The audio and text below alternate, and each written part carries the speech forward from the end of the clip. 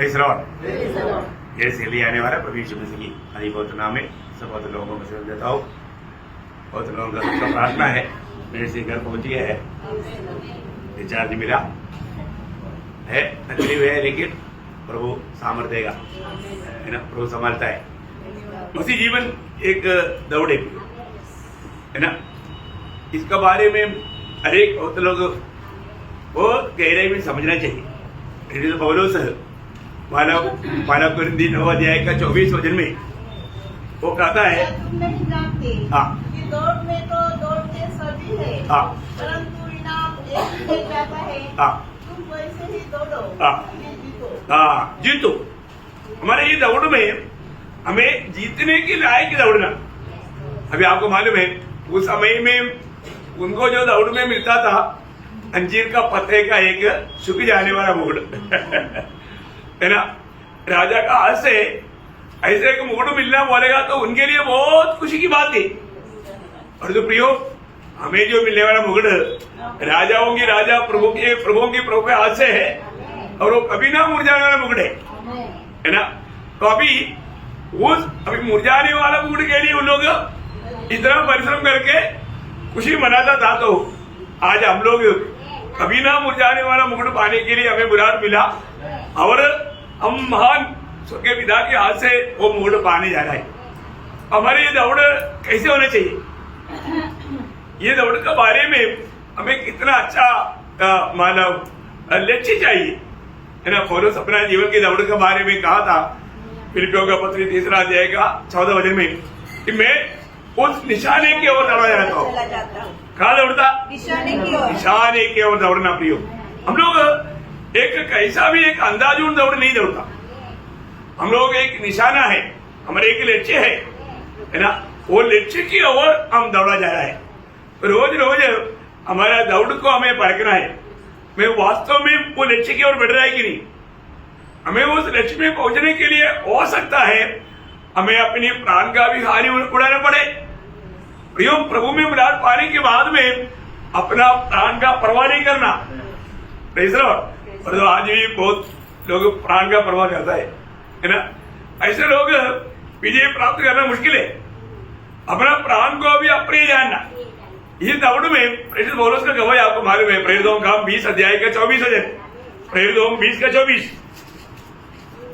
परंतु मैं अपने प्राण को कुछ नहीं समझता कि उसे प्रिय जानूं, वरन यह कि मैं अपनी दौड़ को और उस सेवा को पूरी करूं। देखा, मैं मेरी दौड़ को, उस सेवा को, मैं उस दौड़ को, उस सेवा को पूरा करूं जो मैंने परमेश्वर के अनुग्रह के सुसमाचार पर गवाही देने के लिए प्रभु यीशु से पाई है। प्रियो, ये बहुत मनोहर बात है।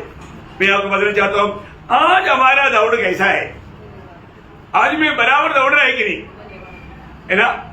अगर हमारा दौड़ में वादा आता है तो वो विनोदी का कार्य भी। हम लोग का इतना आराट नहीं, हमें मिला हुआ चुनौती के बारे में, बुलाहट के बारे में हम लोग अभी भी नहीं समझता।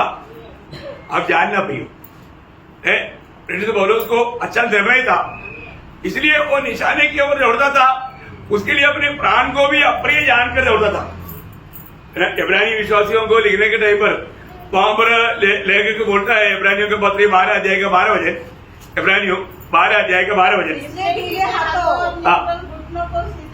देखा, अभी इतनी सब ढीला हो गया हाथ पाव ढीला हो गया, अभी कैसे दौड़ेगा है। कई लोगों का चाल देखना, ढीला चाल है ना, हाथ पाव ढीला हो गया। अरे प्रभु में कितना अलर्ट होना, कितना स्मार्ट रहना। ढीला चाल नहीं प्रियो, ढीला चाल नहीं। हम प्रभु का सेना है। हम प्रभु में आने के बाद में हमारा हरेक बातों में एक अच्छा आदर्श चाहिए, है ना। लेकिन जाने अनजाने बहुत लोगों के जीवन में उनका हाथ पाव ढीला हो जाता। क्यों? कुछ कारण है प्रियो, क्योंकि आपको मालूम है उसका 12 वचन पढ़ना, 12 का 1, इब्रानियों 12:1 का।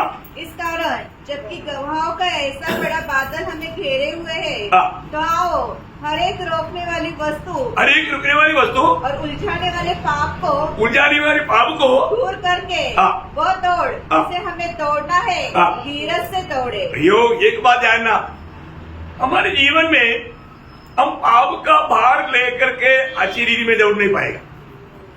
आपको मालूम है एक व्यक्ति दौड़ रहा है पर तो औजार लेके दौड़ेगा तो नहीं दौड़ सकता ना है।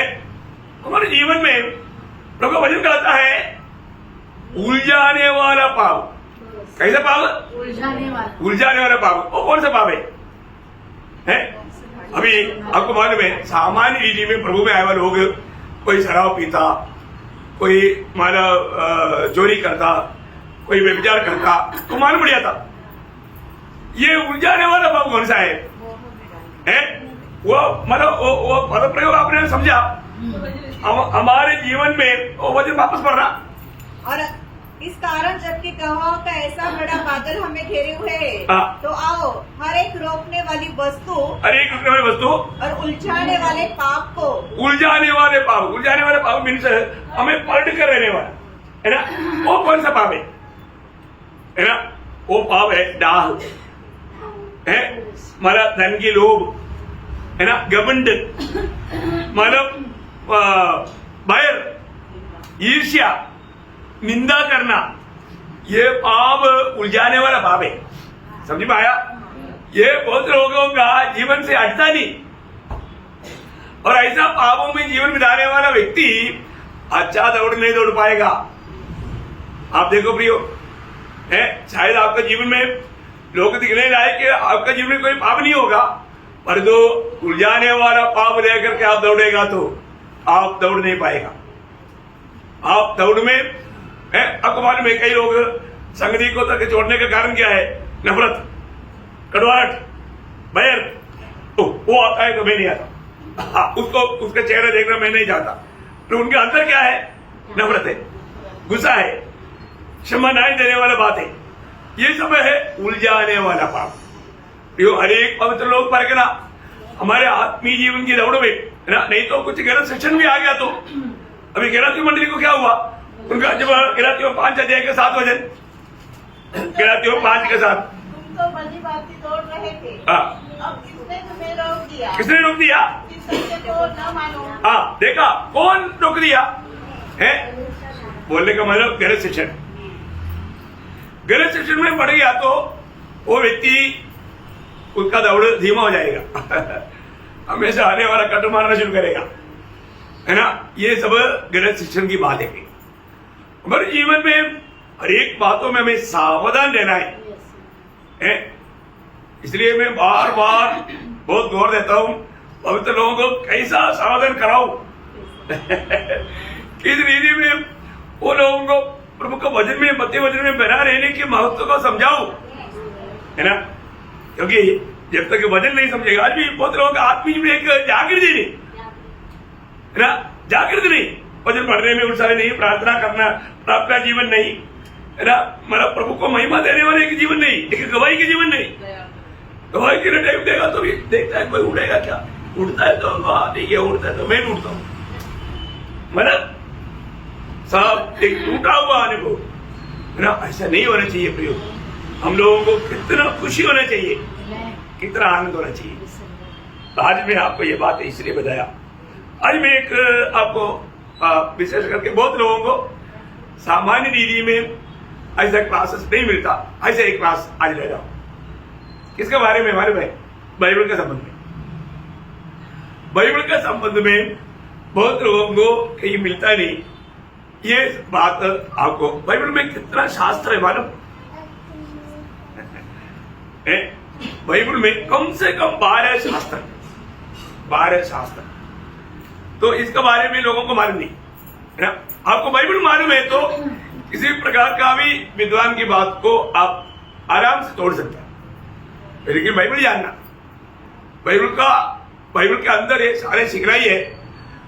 आज जो सिर्फ मैं आपको विषय बताऊंगा, सब्जेक्ट, है ना, मतलब वो भी नहीं बोल पाएंगे शायद, लेकिन फिर भी कोशिश करेंगे और इसको सही रीति में फिर उसमें से हमें जानना चाहिए, सीखना चाहिए।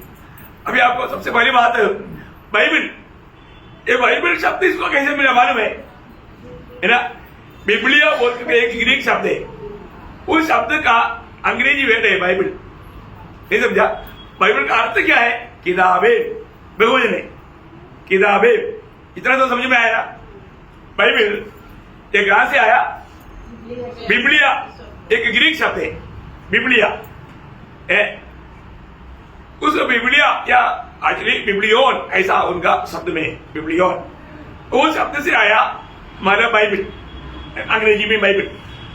और उस पद का अर्थ क्या है? हाँ, पुस्तकें या किताबें, बहुवचन में किताबें। तो अभी इस बाइबल का बारे में हमको क्यों जानना चाहिए? क्योंकि बाइबल को ही नहीं जानेगा तो आपका आदमी बाइबल बोलेगा तो प्रभु का मानव के लिए सबसे बड़ा गिफ्ट है ना। ये गिफ्ट जिसके पास आया उसको इसको कितना बहुमूल्य जान करके उसको समझने के लिए यत्न करना चाहिए। और जब तक नया जन्म नहीं पाया उसके पास ऐसा बंदर के हाथ में नारियल मिल गया बंदर के पास नारियल मिलेगा तो क्या होगा? नहीं कर सकता। वैसे बात है, जो लोग प्रभु की आत्मा में नया जन्म नहीं पाया वो अंदर नहीं जा पाएगा। उसका अंदर का उसका जो गुण जो है उसका अनुभव नहीं ले पाएगा। तो प्रियो, आज बहुत लोगों के पास बाइबल है पर जो बाइबल को कई बार लोग बोलते हैं हमने भी बाइबल पढ़ा, और जो आपका उद्धार हुआ है क्या? यीशु मसीह कौन है? थोड़ा भी एक दो शब्द पूछेगा उसको मालूम नहीं बाइबल पढ़ा बोलने से क्या फायदा है ना। तो ये बहुत बड़ी बात है।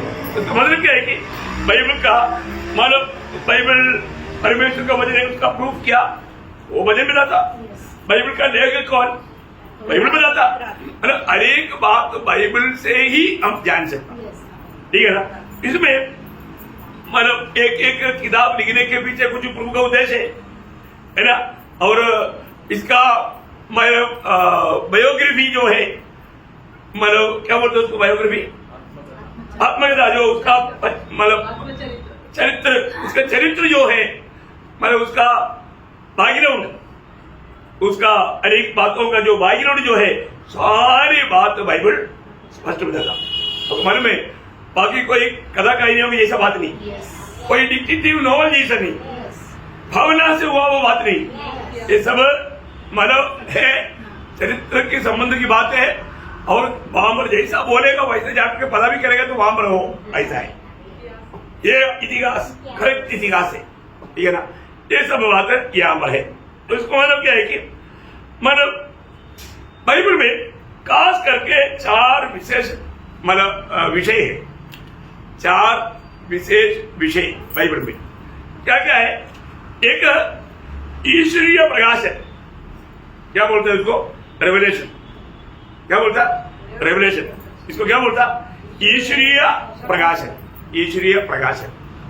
बहुत मतलब ये स्टडी आपको बहुत अच्छी रीति में लेना पड़ेगा, क्योंकि क्या है, सामान्य रीति में कहीं भी नहीं सिखाया जाता है बात, कोई भी कंडीशन में नहीं सिखाया जाता, बाइबल कॉलेजों में सिखाया जाता है। और दूसरी बात मतलब उसका आत्मनिश्वस्यता, बाइबल के आत्मनिश्वस्यता बोलेगा तो इंस्पिरेशन, हिंदी में क्या बोलो? प्रेरणा। आत्मा प्रेरणा, आत्मा प्रेरणा है ना, उसका इंस्पिरेशन। हाँ, मतलब बाइबल का हर एक बात, हर एक शब्द आत्मा प्रेरणा से लिखा हुआ बात है। कोई भी बुद्धिमान व्यक्ति का बुद्धि से निकला हुआ बात है नहीं है। और 4वां बात मतलब तीसरा बात वीरासिटी। वीरासिटी को क्या बोलूं?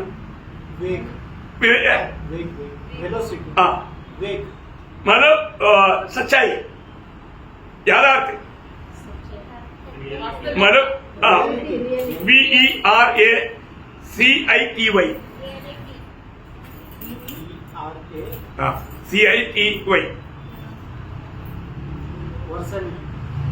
वीरासिटी। हाँ, उसको हमारा अंग्रेजी में ऐसे बोलता, पर मलयालम में मतलब क्या बोलता? यादार्थ। यादार्थ बोला तो सच्चाई, वास्तविकता। हाँ, सच्चाई से भरा हुआ, वो उस अर्थ है। और आखिरी 4वां मतलब उसका कानूनी, मतलब कानोसिटी, कानूनी सिटी। कानूनी सिटी को क्या बोलो? नियम। कानूनी सिटी, कानूनी, कानून, कायदा के अनुसार, है ना। मतलब उसका वेट मिलना थोड़ा मुश्किल है। मतलब ये जो बात है, 4 गुण इसका रहेगा। वापस एक बार मैं बोलता हूँ क्योंकि इसको आपको सही रीति में जानना है। पहली बात रेवलेशन ना, ईश्वरीय प्रकाशन। दूसरी बात इंस्पिरेशन, बोलेगा तो आत्मनिश्वस्यता, आत्मा की प्रेरणा। और तीसरा बात वेरासिटी, वेरासिटी बोलेगा तो वास्तविकता। और चारों बात कानूनीसिटी, कानूनीसिटी बोलेगा तो कानूनी का है, कानूनी के मतलब एकदम व्यवस्थापित है ना। मतलब समझ में आएगा करते हैं। और बाइबल का सबसे बड़ी बात, बाइबल को दिया हुआ एक एक नाम जो है वो बिल्कुल अतुल्य नाम है, बोलेगा तो और किसी भी ग्रंथों को दिया हुआ नाम नहीं। ये बाइबल का एक सर्वश्रेष्ठता का बात है ना। मतलब उस दिया हुआ नाम 7 विशेष नाम है, मैं आपको बताता हूं। नंबर 1 मतलब पवित्र शास्त्र, क्या बोलता पवित्र शास्त्र, मतलब आपको हमारे समझने के लिए दूसरा तिमोथी 3 अध्याय का 16-17 वचन संपूर्ण पवित्र शास्त्र, देखा, संपूर्ण पवित्र शास्त्र, देखा पवित्र शास्त्र। भैया ये दुनिया में पवित्र शास्त्र बोल करके एकमात्र ग्रंथ है बाइबल है। और किसी को भी पवित्र शास्त्र नहीं बोलता है। कोई भी धार्मिक ग्रंथ को भी लोग ऐसे नाम देता है, लेकिन वो पवित्र शास्त्र नहीं। बहुत बड़ी बात है, उसमें नहीं लिखा पवित्र शास्त्र है करके। पवित्र शास्त्र करके लिखा हुआ एकमात्र ग्रंथ बाइबल है। बार बार मतलब 2 जगह पर लिखा है। लूका 24 अध्याय का 27 वचन में इस बात को यीशु मसीह ने 6 लोगों को समझा करके बताया हुआ एक शब्द, लूका 24 का 27। तब उसने मूसा से सब भविष्यवक्ताओं से आरंभ करके सारे पवित्र शास्त्रों में से अपने विषय में लिखी बातों का अर्थ उन्हें समझा दिया। देखा, यीशु मसीह के बारे में लिखा हुआ बात मतलब क्या है कि पवित्र शास्त्र में परमेश्वर की बात खास करके प्रकट किया हुआ है। पवित्र इसलिए वो पवित्र शास्त्र है। वही बात दूसरे एक प्रकार यूहन्ना के सुसमाचार 5 अध्याय का 39 वचन में, तुम पवित्र शास्त्र में ढूंढते हो। देखा, यहूदियों को कहा तुम पवित्र शास्त्र में ढूंढते हो। देखिए, आप लोग ढूंढते हैं कितने लोग पवित्र शास्त्र में ढूंढता है? किसके लिए ढूंढता है? किस मतलब से ढूंढता है ना। प्रियो, पवित्र शास्त्र को ढूंढना या सीखना जानना कितना भारी बात है। तो मतलब बाइबल का दिया हुआ एक नाम है पवित्र शास्त्र, है ना। दूसरा नाम क्या बोल में? परमेश्वर की वाणी। क्या बोलता? परमेश्वर की वाणी, है ना। जब रोमियो 3 अध्याय का 2 वचन, रोमियो 3 का 2। इस प्रकार से बहुत कुछ पहले तो यह कि परमेश्वर की वचन उनको सौंपे गए। हाँ, परमेश्वर के वचन, ठीक है। मतलब एक्चुअली उसमें परमेश्वर ने कहा हुआ बात ऐसे आना चाहिए, ठीक है। आप मतलब उसके साथ और एक इब्रानियों 5 अध्याय का 12 वचन पढ़ना। इब्रानियों 5 का 12। समय के विकास से तुम्हें परमेश्वर के वचन, वचन, उधर भी वचन दिया, ठीक है। कोई शब्दों में थोड़ा सा मतलब प्रभु ने कहा हुआ वचन, ओके। अब उसको अभी उसको उसी रीति में लीजिए, क्योंकि परमेश्वर का वचन करके और भी है, लेकिन यहाँ पर एक्चुअली प्रभु ने बोला हुआ बात उस रीति में आना चाहिए। प्रभु ने बोला हुआ बात ऐसा शब्द आना चाहिए, कोई बात नहीं मतलब। और तीसरी बात, ये यहोवा की व्यवस्था है। बाइबल यहोवा है, हाँ वही मतलब अभी कहीं हाँ, और प्रभु का वाणी नहीं समझा वो वाली, ओके।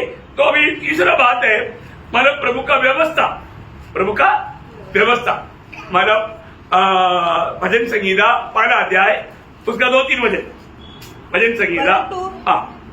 परंतु वह तो यहोवा की व्यवस्था से प्रसन्न रहता। देखा, यहोवा की व्यवस्था से प्रसन्न रहता और उसकी व्यवस्था पर रात दिन ध्यान करता रहता है। वो सच में प्रियो हमारे हाथ में मिला हुआ बाइबल ये परमेश्वर की व्यवस्था है, आज भी है ना। मैंने ये सुना है, एक व्यक्ति के पास किसी ने एक मोती ला कर दिया, उसने देखा वो मोती का कवर बहुत सुंदर था, तो उन्होंने क्या किया, वो मोती जोड़ दिया, कवर फेंक दिया। देखो, मोती जोड़ दिया, कवर रख दिया, है कितना बड़ा धोखा की बात है। हमारे जीवन में जो हमारे हाथ में आया हुआ ये वचन, इसका महत्व, उसका मूल्य है, कितने लोग समझता है। अगर समझेगा तो मैं आपको बोलता हूं, आप बाइबल नीचे नहीं रखेगा, मतलब सिर पर लेके चलो, ऐसा नहीं, जैसे समय मिलेगा पढ़ेगा, उस अर्थ में पढ़ा। बहुत उसको गलत अर्थ नहीं देना। बहुत बड़ी बात है, इस वचन को मैं आपको बता रहा, कहीं भी जाता है तो हमेशा बाइबल अपने पास रहना चाहिए। थोड़ा समय मिल गया तो खोल करके उसको पढ़ना चाहिए, क्योंकि ये मानव परमेश्वर की व्यवस्था है, और वो व्यवस्था रात दिन मन करने से क्या फायदा होता। वो उस वृक्ष के समान है जो बहती नालियों के किनारे लगाया गया है और अपनी ऋतु में फलता है और जिसके पत्ते कभी मुरझाते नहीं, इसलिए जो कुछ वो पुरुष करे वह सफल होता है। बोलने का अर्थ क्या है कि हरियाली जीवन। धूप आ गया तो डर गया, अभी क्या करूं, पानी पानी पानी है ना, नदी के किनारे में लगाया हुआ है। वो एक बहुत बड़ी बात है। प्रभु का वचन मनन करते रहने वाला व्यक्ति हमेशा प्रभु में मगन रहेगा और उसका हर एक काम सफल होगा।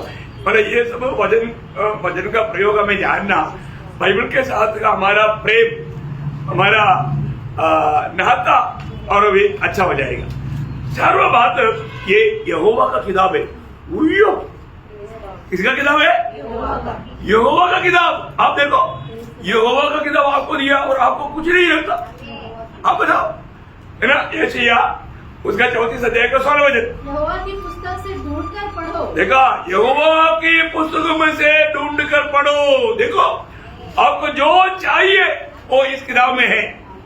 देखा, इसके बावजूद भी प्रभु में आए हुए लोग प्रभु का वचन पढ़ने के लिए उत्साही नहीं। कैसे समझाओ प्रियो? इस वचन का महत्व, ये वचन जानने से मानो होने वाला महत्व, ये वचन के ऊपर मैंने कितना क्लास लिया मुझे भी नहीं मालूम, गिनती है। फिर भी लोगों को ये प्रभु का वचन का गौरव नहीं। प्रियो, आज बहुत लोगों का एक गलती, ये किसका किताब है वो भी नहीं मालूम। प्रभु ने उसका किताब हमको दिया, क्योंकि प्रभु ने हमें अपनाया, हमें अपना भाग बनाया, स्वर्गीय परिवार का सदस्य बनाया है। इसलिए प्रभु ने उसका किताब हमको भी दिया। बताओ, इतना मूल्यवान बात हमारे हाथ में आने के बाद में हम लोग उसको उस मूल्य देता ही क्या? तो इस नाम से ही, इस वचन या किताब से हमें कितना प्यार करना चाहिए, क्योंकि ये यहोवा का किताब है और इसमें हमारे लिए जानने के लिए दुनिया का कोई भी सवाल का जवाब देने वाला हर एक बात इसमें है। आप बताओ, फिर भी लोग ये वचन सीखने से बहुत दूर रहता। ओके, पांचवा बात, इसका नाम है परमेश्वर का वचन। किसका वचन? परमेश्वर का वचन। देखो, इब्रानियों 4 अध्याय का 12 वचन, इब्रानियों 4 अध्याय उसका 12 वचन। परमेश्वर का वचन जीवित, देखा, परमेश्वर का वचन का खूबी देखो, जीवित और प्रबल और हर एक दोधारी तलवार से भी बहुत चोखा है और प्राण और आत्मा को और गांठ और गुदे को अलग करके आर पार छेदता है और मन की भावनाओं और विचारों को जांचता है। क्या बात है! ये वचन का सामर्थ्य देखो, ये जीवित वचन है। मैं आपको बताना चाहता हूँ ना, आप कभी भी कहीं भी जाएगा तो ये वचन बोलने में कभी भी शर्माने नहीं है ना। एक व्यक्ति को अगर एक वचन भी अगर आप सुना पाया, मैं आपको बोलता हूँ स्वर्ग आप में बहुत प्रसन्न रहेगा। बाकी बात है ना। जब पिछले दिन में मतलब कल जब हॉस्पिटल में गया तो वहां पर पड़ोस में दूसरा एक फौजी हमारा जवान का पत्नी और उनका बच्चा था, उनको किसी ने वजन दिया और वो वजन सुन रहा था। और मैंने आपको बताया शायद कल, है ना, मतलब उन्होंने वो भाग सुन रहा था, क्योंकि वो अपना देव बनाता है, उसको आगे देखते नहीं, कान नहीं, सुनता नहीं। वो बोला सही बात है, हम लोग कितना मूर्ख गए। वो वजन सुनने की नहीं, वो खुद बोलता है हम लोग कितना मूर्ख गए, है ना। हम लोग किसके सामने दंडवत करता, किसको अपना भगवान मानता। वो बोलता है कि ये बिल्कुल सही है, आपने कितना अच्छा समझा, मैंने नहीं समझा, बाइबल में बोला। आप इसके साथ अभी एक बाइबल भी लेकर के पढ़ना बोला, देखा कितनी बड़ी बात है प्रियो। दुनिया के लोगों को मालूम नहीं, तो आप एक शब्द भी बोलो ना, अब ये बाइबल की एक शब्द भी बोलो, है ना, ये बात पक्का बात है प्रियो, है ना। आप एक व्यक्ति को इतना तो बोलो, जिस दिन आपको उधार होगा ना, मुझे थोड़ा कॉल करना, मेरा नंबर देना, बस आपने इतना बोल दिया ना, आपने उसके अंदर पूरा सुसमाचार बोल दिया। क्या बोला, आपका जिस दिन उधार होगा मेरे को कॉल करना। इतना बोल के देखो, वो व्यक्ति चैन से नहीं सोएगा, वो बोलेगा उसने उधार का, मुझे क्या उधार, अभी वो उधार जाने के लिए ढूंढेगा। तो वो प्रभु के दास को मिलाएगा और वो उधार पाएगा। फिर वो फोन करेगा, मैं भी उधार पाया। ऐसा हुआ है प्रिय। मैं इसलिए आपको बताना चाहता हूं, अपने जीवन में प्रभु के वचन से अब एक भी शब्द किसी को भी सुनाएगा तो वो वचन जीवित वचन है, वो उस व्यक्ति में काम करेगा। आप बताओ, जब चेहरे ने उनको व्यक्त किया तो स्वर्गदूत ने आकर के उनको आजाद करके उनको क्या बताया, दूधों को सुनाने के लिए परमिशन नहीं, दूधों को ये संदेश देने का परमिशन नहीं। और जब उनको बोला, हमारा आपको याद है ना, जब प्रेरितों 5:20 में मंदिर में खड़े होकर जीवन की सब बातें लोगों को सुनाओ। हाँ प्रियो, ये जीवन की सब बातें लोगों को सुनाओ प्रियो। ये किसकी बात है, जीवन का वचन है प्रियो। जीवन, मुर्दा लोग जिंदा हो जाने वाला वचन है, कितनी बड़ी बात है प्रियो, है। ये वचन सुनाते बिना, आपको मालूम है रोमियो 10:17, है ना, विश्वास कहां से आता है, वचन से है प्रियो, वचन से।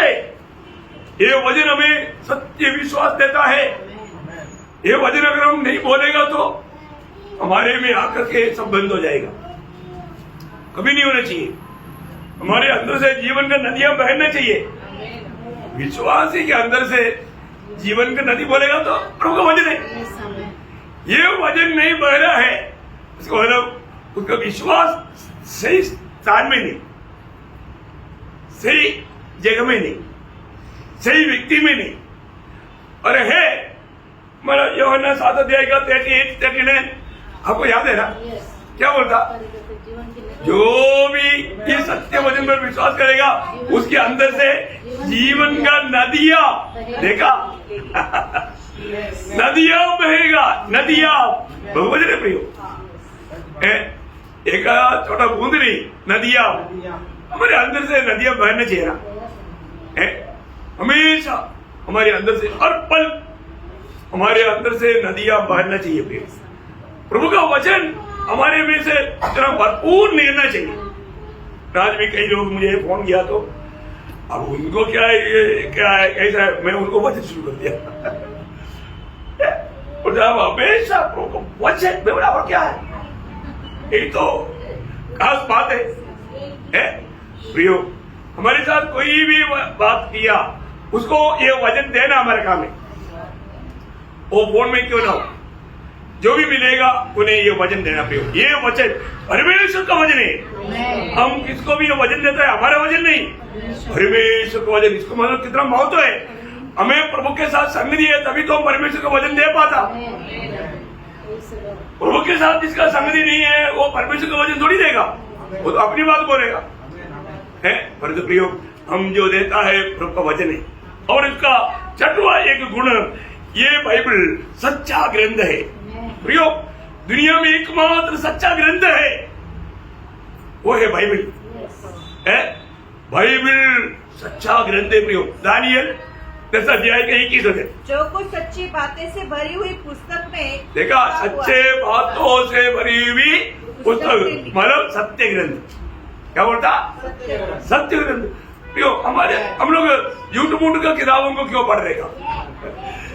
कथा का क्यों जानेगा प्रियो? सच्चा ग्रंथ पढ़ो।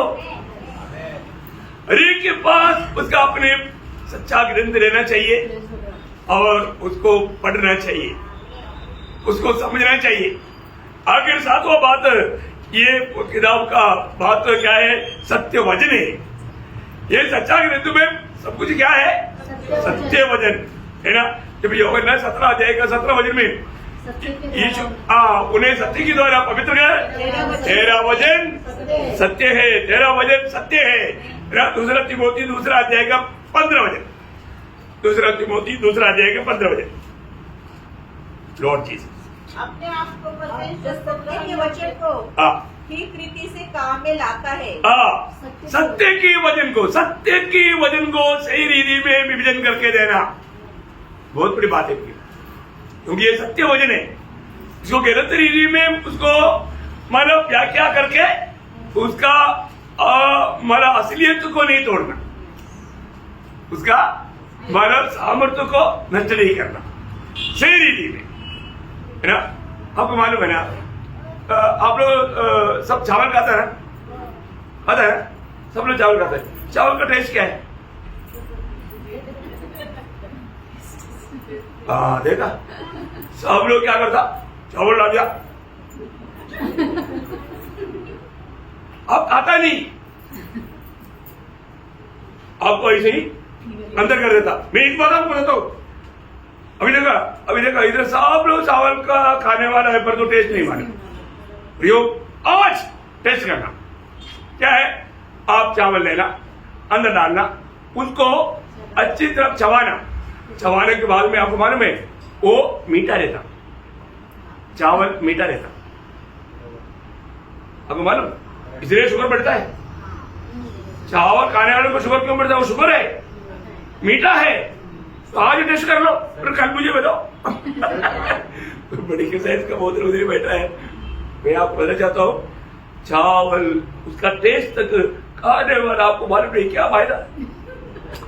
इसलिए है ना, क्योंकि अब तो टाइम नहीं है ना, खाता नहीं।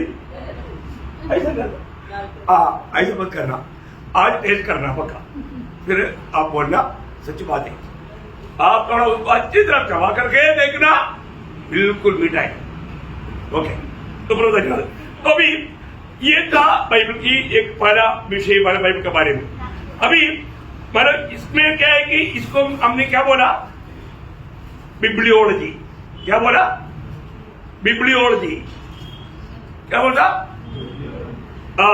मतलब पवित्र शास्त्र। क्या बोलता? पवित्र शास्त्र। किसको क्या बोलता अंग्रेजी में? बिब्लियोलॉजी है।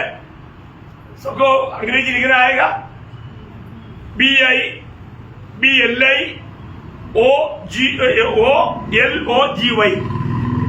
उसको बोलता है बिब्लियोलॉजी। BIBLIOLOGY।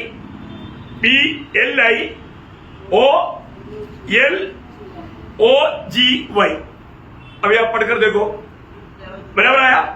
बिब्लियोलॉजी। अभी तक क्या बोला? बिब्लियोलॉजी के बारे में बोला, पहला शास्त्र। मैं आपको 12 शास्त्र इनमें से बताने जा रहा हूं।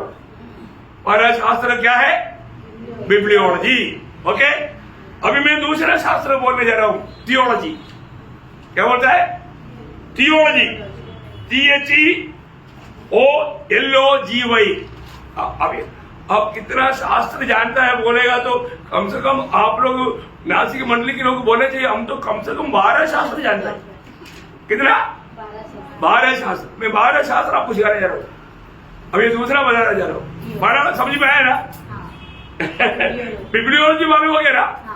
हाँ, अभी इसके ऊपर स्टडी बाद में, तो अभी ये बात इतना तो सीखा ना, outline.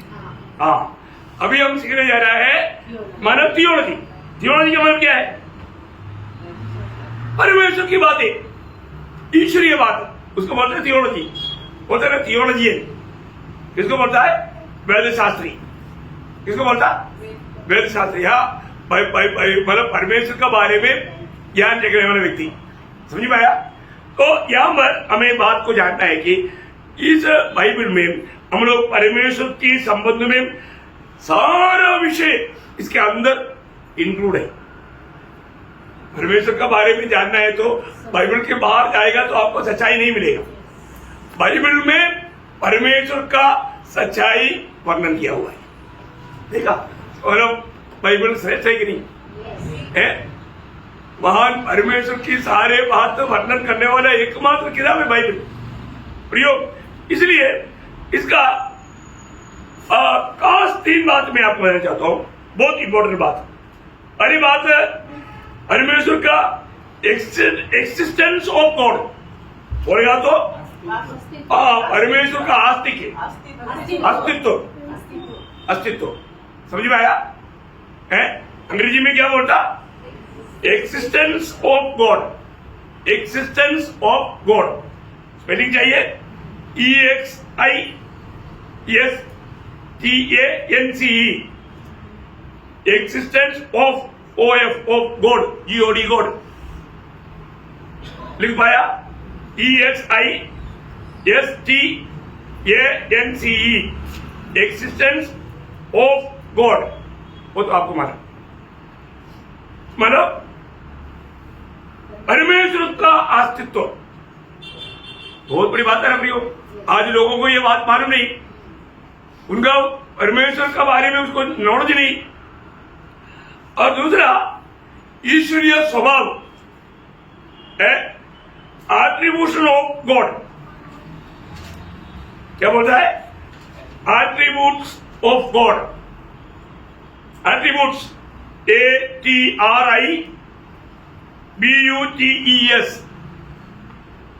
Attributes of God, OF of God, GOD God.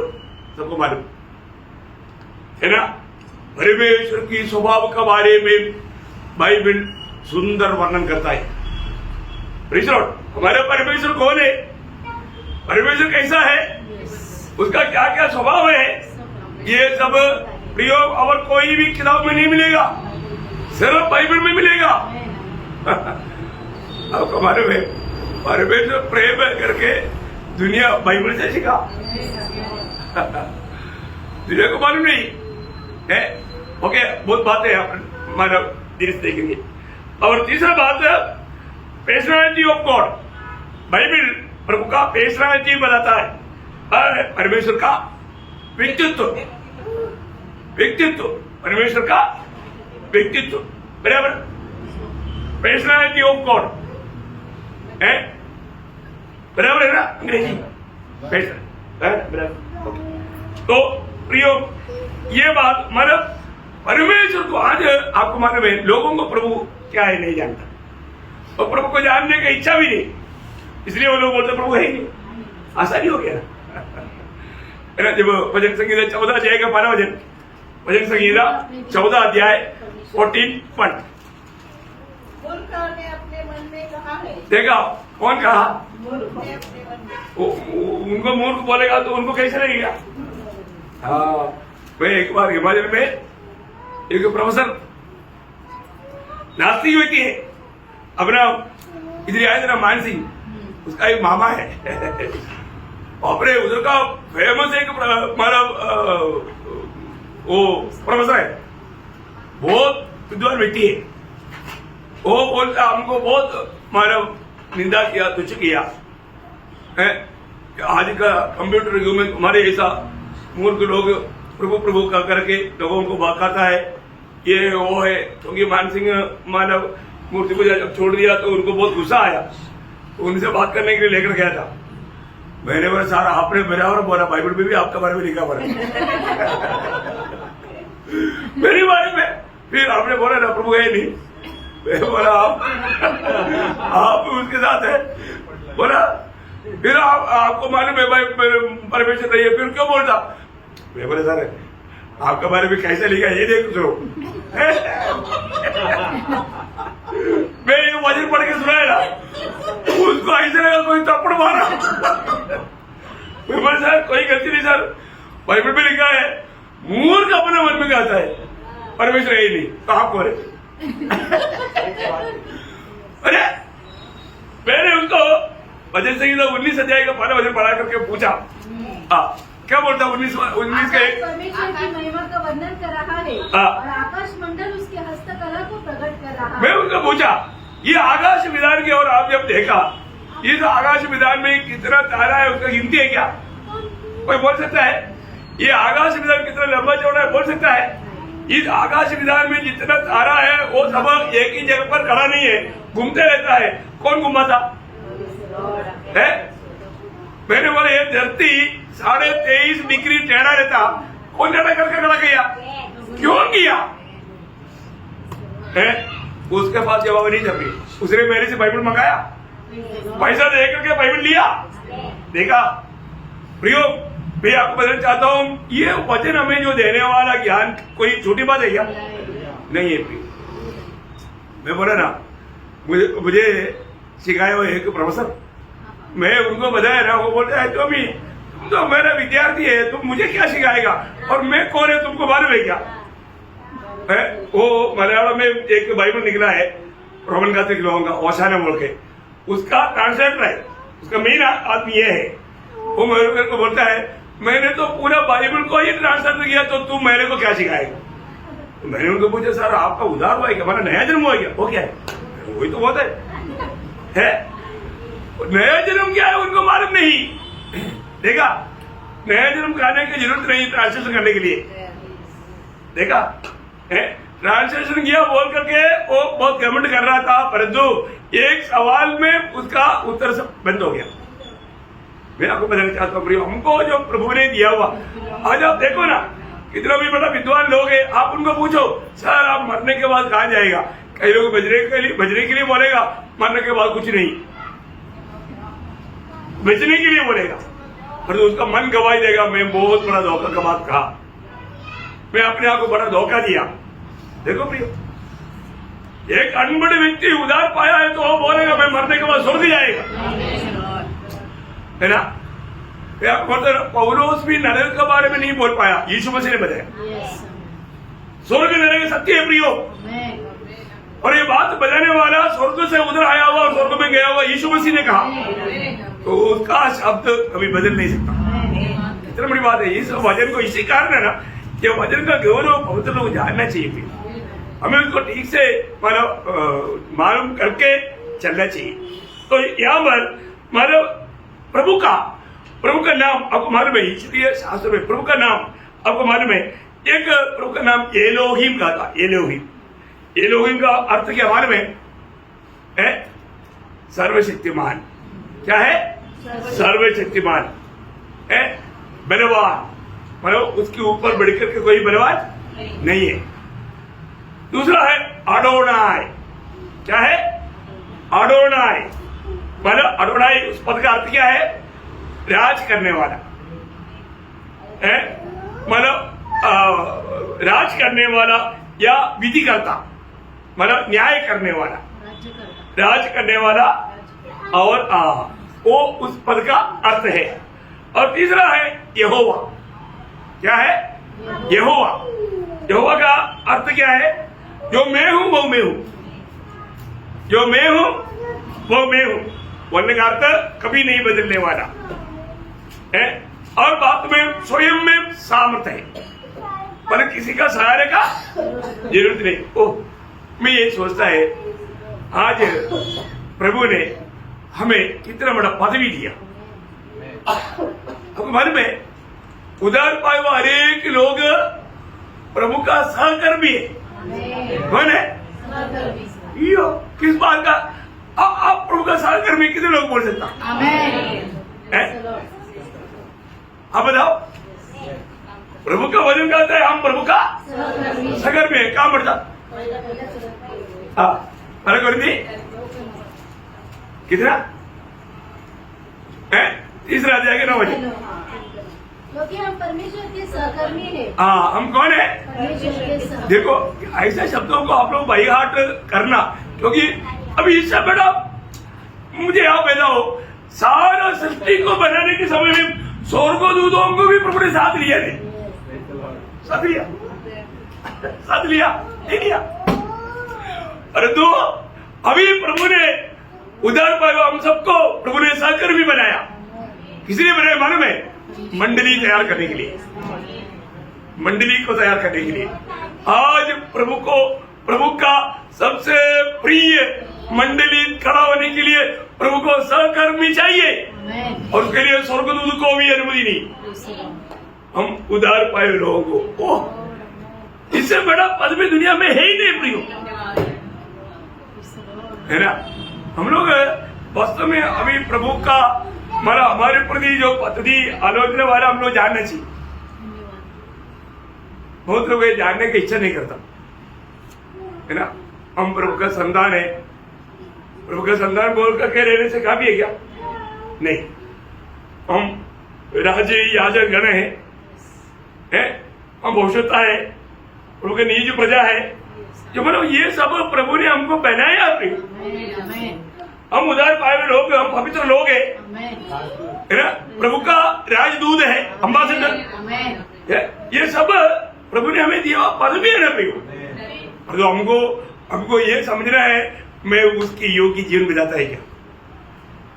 ये पदवी प्रभु ने मुझे दिया, और तो मैं उस पदवी में एक सच्चा विश्वास योग्य जीवन बिताता है क्या? है ना। हमारे को भंडारीपन दिया, है ना। प्रभु ने भंडारीपन हमें दिया है, तो अब किस बात का भंडारीपन? हाँ वही तो बात है ना। अरे वो नहीं सब भंडारीपन देगा। आप लोग वो पदों को थोड़ा शरीर में, आत्मा में समझो। जब पहला कुरिन्थी 4 का 1-2 वचन, हाँ, और परमेश्वर के भेदों की भंडारी समझे। किस बात का? परमेश्वर की उन भेदों का भंडारी समझे। देखा, मतलब हमारे होठों से निकलने वाला हर एक बात क्या है? परमेश्वर की भेद की बातें। इसलिए स्वर्गदूत गण बहुत इजीली खड़ा है, क्योंकि हमारी द्वारा ये बात प्रकट होता है, क्योंकि ये मंडली को प्रभु प्रकट करता। बहुत गहरी बात है ना, स्वर्गदूत भी नहीं समझ सकता, है ना। ऐसे बात प्रभु मंडली में आत्मा के द्वारा उसको प्रकाशित कर देता। हम लोग इतना बड़ा पदवी में, मैं आपको कहना चाहता हूँ, हमको प्रभु को जानने का कृपा दिया। आप देखो, हमारा एक बुद्धि में वो बात समझ सकता है क्या?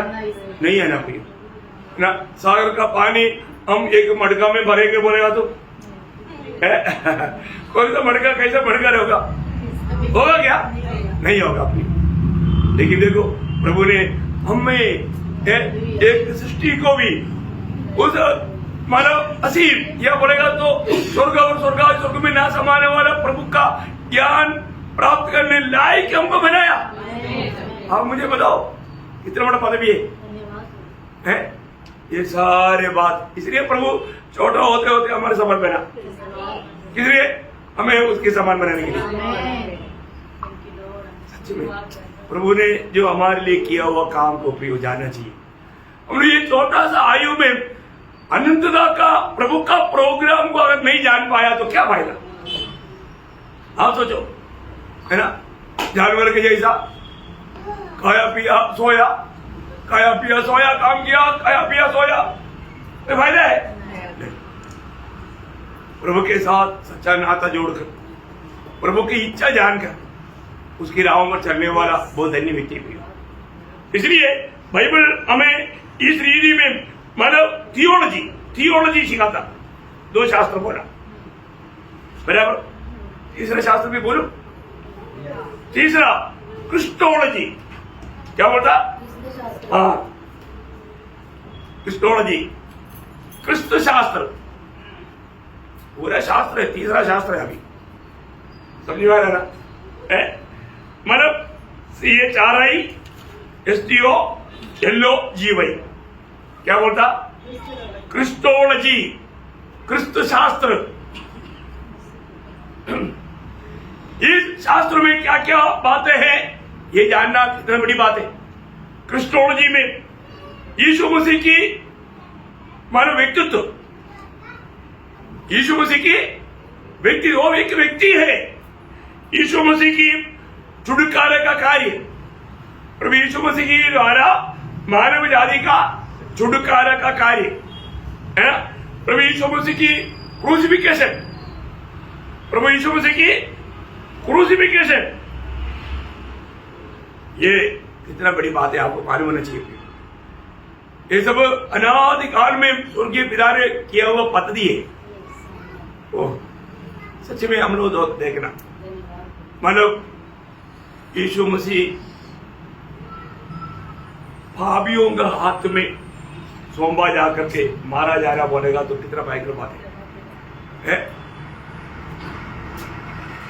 दावीद ने गुनाह किया, दावीद के सामने प्रभु ने 3 बात रखा है, एक ही अकाल आएगा, नहीं तो तुम दुश्मन का हाथ में पड़ेगा, नहीं तो प्रभु का मानव, नहीं तो प्रभु का हाथ में गिरेगा। दावीद ने क्या चुना? मुझे किसी प्रकार भी मनुष्य के हाथ में ना गिरे दो। देखा क्यों मनुष्य के हाथ में ना गिरे दो?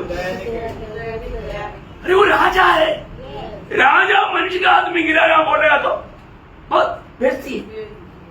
राजा मनुष्य के हाथ में गिरा, ऐसा है तो राजाओं के राजा, प्रभुओं का प्रभु उन पापियों का हाथ में, अधर्मियों का हाथ में गिरा।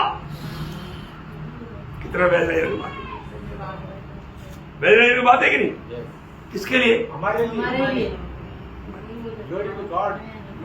वो है प्रभु का क्रूसिफिकेशन में वो भेद को थोड़ा जानना भी सही रीति में, वो आप जानेगा ना, आप छाती फटी जाएगा।